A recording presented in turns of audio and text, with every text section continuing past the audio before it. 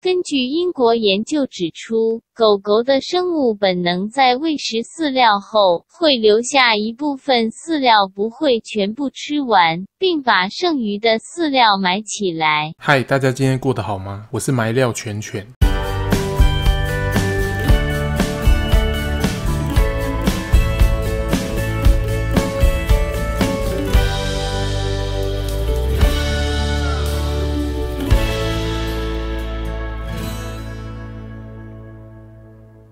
欢迎回到埋料犬犬，今天要来聊一下网络上很红的理科太太。听说这个理科太太8个月的时间内，瞬间成为100万 YouTuber， 频道创立2个月，订阅数从0到60万，甚至很多有钱都请不到的艺人明星纷纷和她合作。更屌的是，她做的是我平常完全不想看的知识型 YouTuber， 可见她的影片应该有独到之处，所以我就把她的影片全部看一遍。但奇怪的是，看完影片后内心毫无波动。我想可能是一个很吃电波的频道，电波有对到的人会说真神，电波如果没对到，就会满脸黑人问号。不过事实摆在眼前，100万订阅，于是基于我的好奇心和求知欲，我就研究了一下理科太太的100万订阅心路历程与9大方法。她分享了自身的爆红3大关键，分别是贵人、机会、运气，以及实际执行的9大步骤。1是先模仿，2是做你想做的，3是持续改进，4是行销，5是接受帮助，6是成本控制，7是危机处理，8是生活平衡，9是感恩。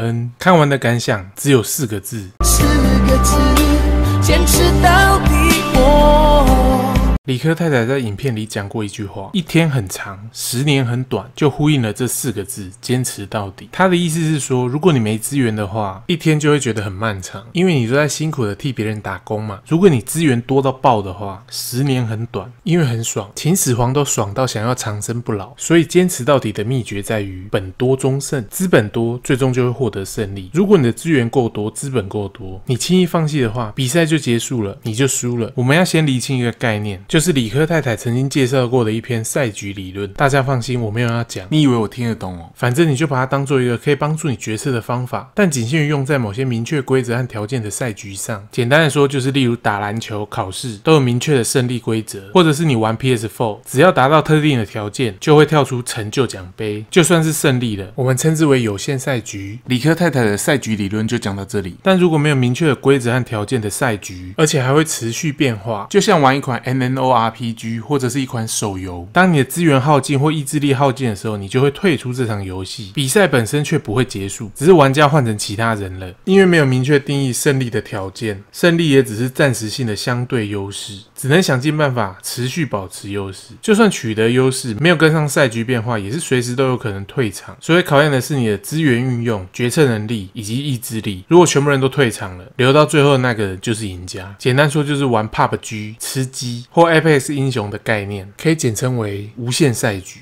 有限赛局和无限赛局的差异就在于，有限赛局的玩家想的是怎么在有限的比赛规则中背水一战取得胜利，就有点像玩快打旋风正面对决。无限赛局的玩家想的是怎么样无耻的继续留在这个游戏里玩下去，就算有点卑鄙，只要能活下去就有机会赢。比较像是玩最后生还者，你的资源有限，能不要用子弹就不用子弹，尽量潜行，你才可以活到最后变成最后生还者。用有限赛局的玩法来玩无限赛局，就像是用快打旋风的玩法来玩吃鸡，你开局就会 GG。 我影片标题写了 YouTuber 成功学，那我假设你不是闹着玩的，你想靠 YouTube 吃饭，辞掉全职的工作，贸然从0订阅开始当全职 YouTuber， 代表你没有进入理科太太的思考领域。当你资源耗尽的时候，就是你烧炭的时候。理科太太在影片里还讲过一句话，能够得到的都是多的，没得到的都是生活。我理解的策略是留一条活路给自己，有利于无限赛局，然后任何有利于留在无限赛局中的事都可以考虑去尝试一下。按照这个策略的话，理科太太婚后取得美国太太的身份，获得坐月子3年的时间，投入了 YouTuber 这个职业，开始产出影片。当时的考量一定是，如果成功变成100万 YouTuber 的话，就变成了理科太太；如果 YouTuber 失败的话，就专心做太太，前可攻退可守。看到这里，你已经踏进理科太太思考领域的第一步。理科太太的人物设定是智商据说有170，霍金和爱因斯坦的智商大概是160。接下来我有一个大胆的想法，光明会。理科太太的本名陈映彤，映字有个日，一个央，日代表太阳，央代表中央，然后彤字里面有一个单，然后旁边有一个三部，单代表赤红色，然后光明会里的图案有个三角形，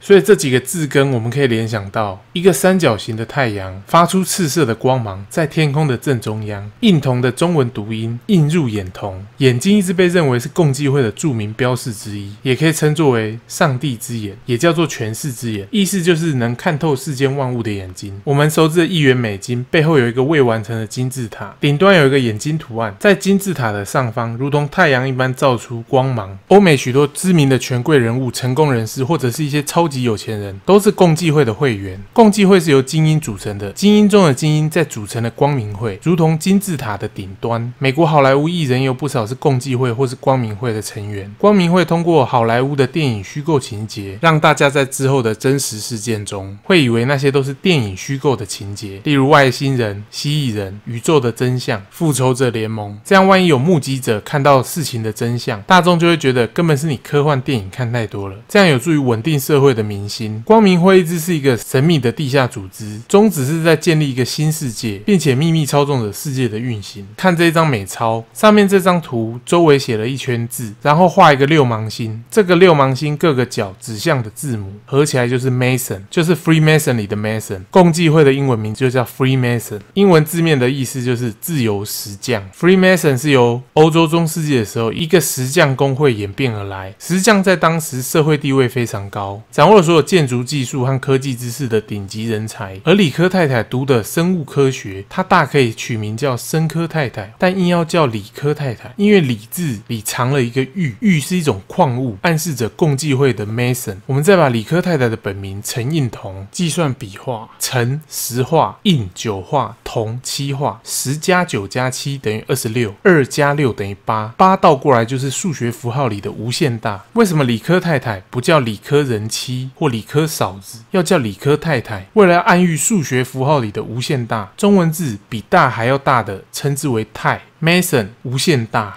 意思就是光明会。得证理科太太等于光明会。以上已经透露出理科太太与光明会的连结。理科太太现居美国，而美国光明会分部需要安插一位具有影响力的 YouTuber 在华语世界中传播一些思想，并且要定期与美国光明会密切联系。一个人物设定为高智商、高学历、矽谷创业经历、家庭幸福，能符合台湾人的社会价值。放眼台湾所有的100万 YouTuber， 只有理科太太是光明会的最佳人选。而光明会要传送给台湾人的第一个讯息，就是4个字：